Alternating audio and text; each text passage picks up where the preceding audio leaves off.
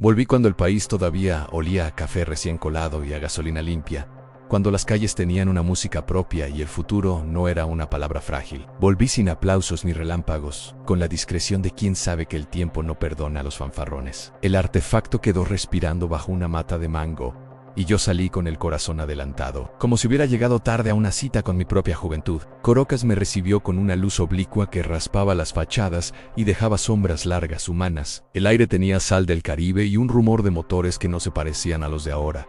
Caminar siempre se empieza caminando. El asfalto estaba tibio, y ese calor subía por los zapatos como una noticia buena. En la esquina un vendedor giraba una rueda de lotería y cantaba premios, con una cadencia que parecía aprendida de memoria por la ciudad entera. En un kiosco, los periódicos exhibían titulares que prometían explicarlo todo y no explicaban nada. Me acerqué por oficio, no por nostalgia. El periodismo es una manera de tocar el mundo sin romperlo.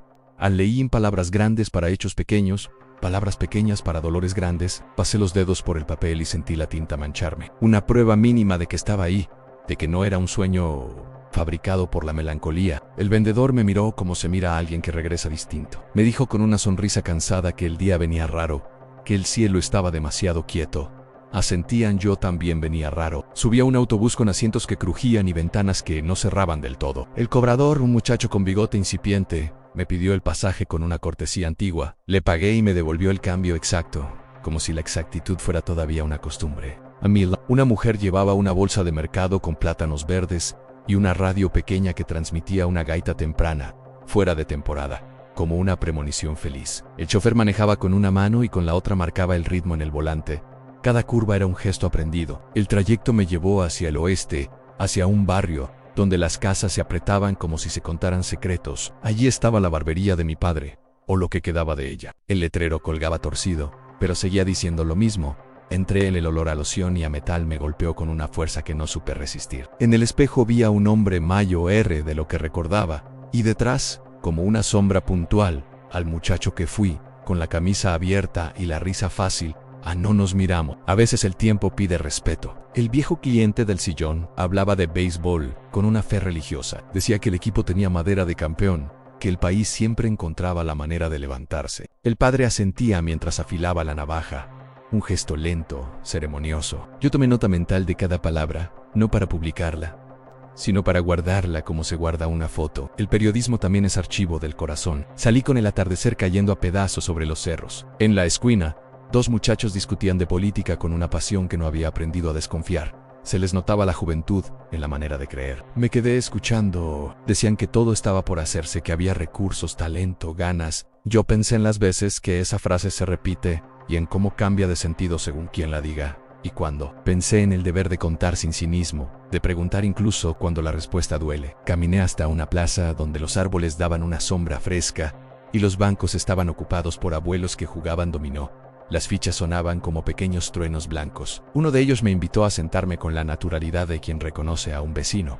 Me preguntó de dónde venía. Le dije que de lejos. Sonrió, dijo que todos venimos de lejos cuando miramos bien. Habló de su esposa, de los hijos que se habían ido a buscar futuro, de la esperanza como una semilla terca. No tomé notas, escuché. Hay datos que solo entran así. Cuando anocheció, la ciudad encendió luces amarillas, y un murmullo de hogares se filtró por las ventanas abiertas. Arepas chisporroteando, risas, un televisor que anunciaba el mundo. Sentí una punzada de culpa y de amor. Volver es un privilegio y una carga. Me pregunté qué vine a buscar en realidad, si pruebas o perdón. Me dije que todavía había tiempo, que esta primera jornada era apenas el prólogo de una investigación más íntima. El artefacto esperaba bajo el mango y yo, con los zapatos llenos de polvo antiguo, supe que no iba a ser un viaje limpio y aún así, seguí. Al día siguiente amanecí con el canto insistente de los guacamayo cruzando el cielo como una noticia a color. El cuarto donde dormí tenía persianas de madera que dejaban pasar una luz tamizada, hospitalaria. Me levanté con la costumbre del reportero en café fuerte, cuaderno invisible, oído alerta. Afuera, la ciudad desperezaba sus músculos. Un camión de reparto dejaba cajas de refrescos. Un panadero golpeaba la bandeja para anunciarse. Una vecina regaba plantas y regaba recuerdos. Fui hacia el centro. El metro respiraba hondo. Un animal subterráneo que llevaba y traía historias. En el vagón, un profesor jubilado corregía exámenes por puro hábito. Me contó, sin que yo preguntara, que había enseñado historia toda su vida, y que ahora la historia parecía enseñarle a él. Dijo que el país era un texto en borrador, lleno de tachaduras y notas al margen. Le respondí que los borradores también guardan verdad. Sonrió con una tristeza elegante. En la redacción de un diario que ya no existe en mi tiempo, el ruido de las máquinas de escribir era una lluvia constante. Me identifiqué con un hombre que todavía me pertenecía, nadie sospecho. El editor, un hombre de cejas espesas, me pidió una nota corta sobre el alza del transporte. Me senté, escuché, pregunté. La cifra no importaba tanto como el gesto de la señora que apretaba el bolso cuando hablaba del pasaje. Importaba el silencio que seguía a cada respuesta. Escribí sin adjetivos sobrantes. El oficio, cuando es honesto, sabe desaparecer. A la salida, una protesta tomaba la avenida. No era multitudinaria, pero era firme. Carteles pintados a mano, consignas cantadas con voz gastada. Me acerqué. Un obrero me dijo que marchaba por su hijo, que no quería que aprendiera a resignarse. Una enfermera hablaba de turnos largos y salarios cortos. Tomé notas mentales. Otra vez, el periodismo investigativo no siempre empieza con documentos. A veces empieza con manos ásperas. El giro inesperado llegó en una esquina donde la memoria suele jugar sucio. Vi a mi madre más joven cargando bolsas apurada. La seguí a distancia, como se sigue una noticia sensible. Entró a una ferretería, preguntó por clavos, pagó sin regatear. Afuera, el sol le dibujó una determinación que yo había olvidado. Quise decirle algo, advertirle de tormentas futuras, agradecerle por resistir. No lo hice. Entendí que intervenir sería falsear la fuente. Hay verdades que solo existen si no se tocan. Por la tarde viajé al interior. La carretera era una cinta de promesas. Pasé por pueblos donde el tiempo se sentaba a conversar. En una bodega, un hombre tocaba cuatro y cantaba coplas sobre amores y lluvias. Me ofreció un trago de papelón con limón. Aceptían el sabor era infancia líquida. Hablemos de petróleo, de la idea de riqueza como un rumor persistente. Dijo que el país se acostumbró a escuchar el subsuelo y se olvidó de mirarse la cara. Anoté esa frase en el cuaderno invisible con tinta de respeto. Llegué a una costa donde el mar parecía una respuesta abierta. Los pescadores remendaban redes con paciencia monástica. Uno me contó de una faena generosa, de peces brillando como monedas vivas. Otro habló del miedo a que el futuro cambiara las mareas. La conversación fluyó como una crónica sin título. El atardecer encendió el horizonte y sentí que el tiempo me empujaba el hombro, recordándome el propósito. Esa noche, en una pensión humilde, revisé mentalmente lo visto.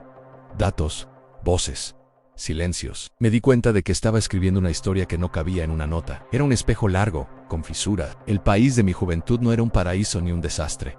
Era un cuerpo en movimiento. Comprendí que el viaje no buscaba desmentir el presente, sino entender de dónde venía su respiración.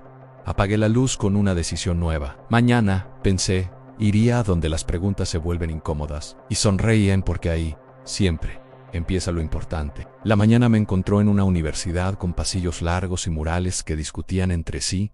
El olor a tiza y a papel viejo era una invitación al desacuerdo civilizado. Asistí a una clase como quien entra a un archivo vivo. El profesor hablaba de economía política con la voz de alguien que aún cree en las preguntas bien formuladas. Decía que los ciclos se repiten, pero nunca igual. Que la memoria colectiva es un músculo que se atrofia si no se usa. Los estudiantes escuchaban con una mezcla de fervor y ansiedad. Yo pensé en cuántas veces el futuro se presenta como examen sorpresa. En la biblioteca encontré informes, recortes, gráficos dibujados a mano. Leí sobre bonanzas y cuellos de botella, sobre decisiones tomadas con prisa y celebradas con fuegos artificiales. La investigación se volvía íntima. Cada documento era un latido. Una bibliotecaria me habló de donaciones recientes, de libros que llegaban desde afuera como botellas con mensaje. Dijo que el conocimiento viaja cuando la gente no puede. Anoté eso, otra vez, sin tinta. Al mediodía, almorcé en un comedor popular. El guiso tenía un sabor honesto y una generosidad silenciosa. A la mesa, un ex ingeniero petrolero contaba su historia con un humor que desarmaba. Dijo que había aprendido a arreglar radios, que la técnica también es una forma de cariño. Habló de equipos que funcionaban cuando había planificación y de equipos que se rompían cuando mandaba la soberbia.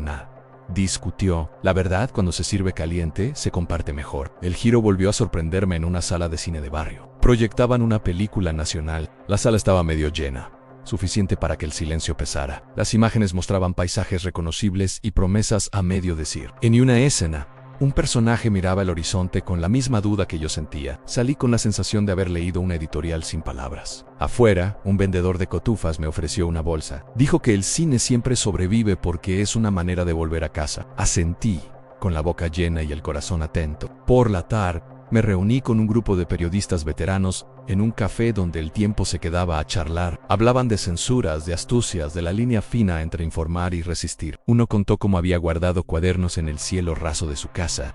Otro recordó una portada que casi no sale. La conversación fue una clase magistral sin pizarrón. Me miraron como se mira a alguien que entiende sin preguntar demasiado. Les dije que venía a escuchar. Dijeron que escuchar era una forma de quedarse. Caminé al caer la noche por una avenida amplia. Los semáforos marcaban un pulso que parecía de otro siglo. En una esquina, un músico callejero tocaba saxofón. La melodía se colaba entre los autos y las conversaciones. Me detuve y pensé en cómo una nota sostenida puede unir desconocidos. Una mujer dejó una moneda. Un niño aplaudió, un hombre cerró los ojos. El país cabía en ese instante contradictorio y vivo. Regresé a la pensión con una sensación de urgencia tranquila. Tenía suficientes piezas para un informe, pero no quería cerrar el expediente. Comprendí que mi viaje era menos una investigación sobre hechos y más un chequeo de conciencia.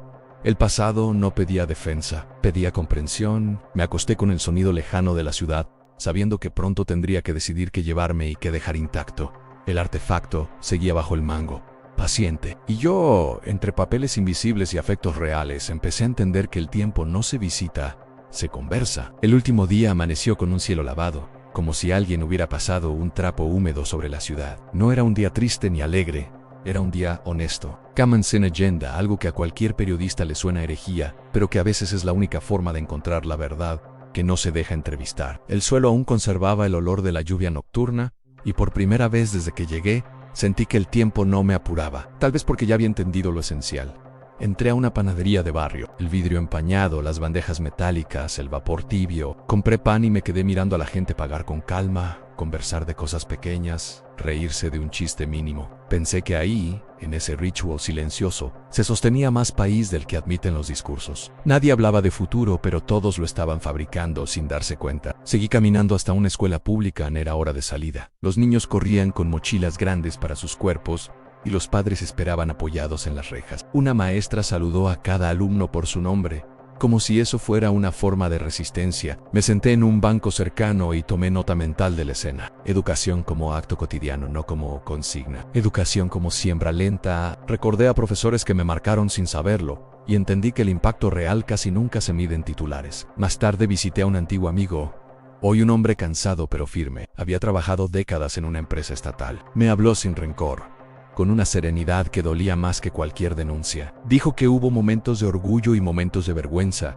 decisiones tomadas con esperanza y otras con miedo. Dijo que el país no se pierde de golpe, se va desgastando cuando se deja de escuchar a los que saben. Lo escuché sin interrumpir. A veces la investigación termina cuando uno acepta que no hay una sola respuesta. El giro final llegó en una casa humilde, casi escondida entre árboles. Allí vivía una mujer mayor que había sido vecina de mi familia. Me reconoció sin preguntas, como si el tiempo fuera apenas un malentendido. Me ofreció café y habló de mi padre, de mi madre, de tardes que yo creía olvidadas. Dijo que la juventud siempre cree que se va para no volver, pero que la memoria hace su propio viaje. En una pared colgaban fotos amarillas, testimonios sin firma. Sentí una emoción difícil de clasificar, mezcla de gratitud y pudor. El pasado no reclamaba explicaciones, solo presencia. Al salir, el sol comenzaba a caer. Subí lentamente hacia una colina desde donde se veía la ciudad entera. Caracas respiraba debajo, compleja, contradictoria, viva. Pensé en todas las veces que se la había explicado con frases simples y en lo injusto que había sido eso. Ningún país cabe en una consigna. Ninguna historia verdadera es cómoda. El periodismo investigativo me había enseñado a buscar datos, pero este viaje me recordó algo más profundo. Entender sin humanidad es apenas acumular información. Caminé una última vez hacia el mango. El artefacto seguía ahí, silencioso, como si supiera que ya había cumplido su parte. Me detuve antes de activarlo. Miré alrededor con atención, grabando detalles que no aparecerían en ninguna nota. Un perro cruzando la calle, una radio sonando a lo lejos, una ventana abierta con olor a comida. No sentí nostalgia, sentí responsabilidad. Porque volver no es escapar hacia atrás, es asumir lo que nos trajo hasta acá. Cuando el mecanismo se puso en marcha, no hubo vértigo, solo una sensación de cierre, como cuando se termina un libro que no quiere olvidar. El mundo se plegó despacio y entendí que no regresaba con respuestas definitivas, sino con mejores preguntas. Que tal vez ese era el verdadero viaje en el tiempo, aprender a mirar el presente con los ojos de quien ya vio lo que se pierde cuando se deja de cuidar. De vuelta en mí ahora, el ruido era distinto, las calles eran otras, pero algo había cambiado en mí. Anya no hablaba de Venezuela solo como noticia, ni solo como recuerdo. La hablaba como experiencia humana acumulada, como suma de voces que merecen ser escuchadas, incluso cuando incomodan. Entendí que el futuro no se construye negando el pasado, sino dialogando con él sin miedo ni idealización. Si llegaste hasta el final de esta historia, gracias de verdad por acompañarme en este viaje. Gracias por mirar más allá de la superficie y por regalarle tiempo a una reflexión que no entra en formatos rápidos. Si te gustó este contenido, suscríbete al canal, deja tu like y contame en los comentarios qué tipo de historias querés ver. Porque mientras haya memoria, preguntas y ganas de escuchar, siempre habrá nuevos viajes por hacer.